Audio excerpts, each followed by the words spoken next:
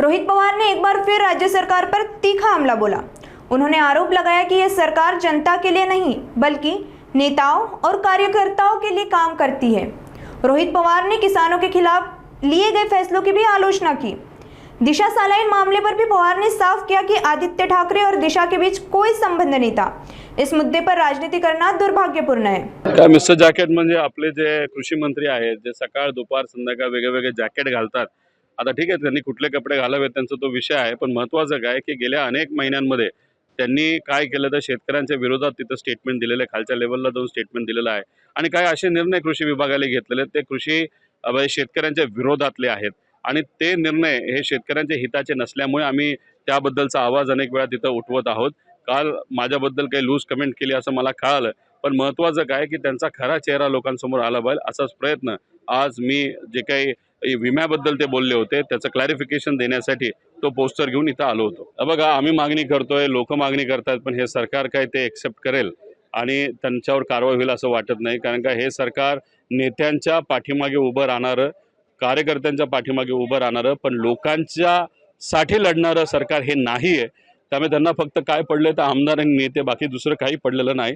त्यामुळे त्यांच्या पदाधिकाऱ्यांनी नाहीतर आमदारांनी शेतकरी, कष्टकरी, गरीब, महिला त्यांच्याबद्दल काही स्टेटमेंट दिलं ते सरकार काय ॲक्शन घेईल असं मला वाटत नाही। दुर्दैवी गोष्ट आहे, कुठेही अशी एखादी घटना घडली ज्याच्यावर महिलांवर अत्याचार केला जातो त्याचा निषेध तर आपण सर्वजण करतो, पण जे होतं त्या महिलेवर होतं आणि दुर्दैव असं की त्यांच्या आयुष्यामध्ये खूप मोठा बदल तिथं होत असतो आणि नकारात्मक तो बदल असतो।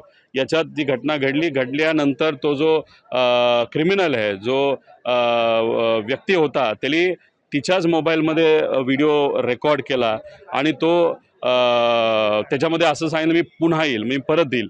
मग त्याचा अर्थ कुठंतरी क्रिमिनल लोक जे आहेत, गुन्हेगार प्रवृत्तीचे लोक आहेत, त्यांची भीती पोलिसांच्या बाबतीतली संपलेली आहे।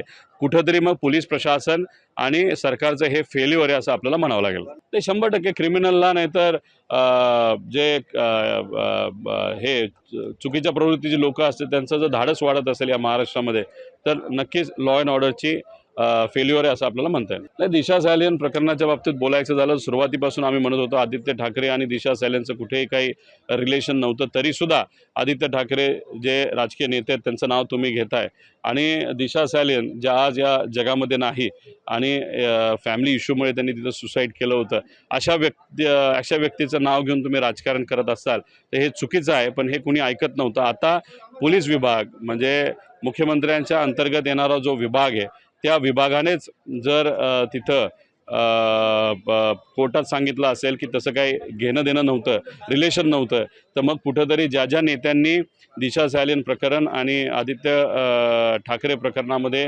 राजकारण केलं त्यांच्यावर कारवाई तरी झाली पाहिजे ना, त्या लोकांनी त्या नेत्यांनी लोकांची तरी माफी मागितली पाहिजे असं मला वाटतं।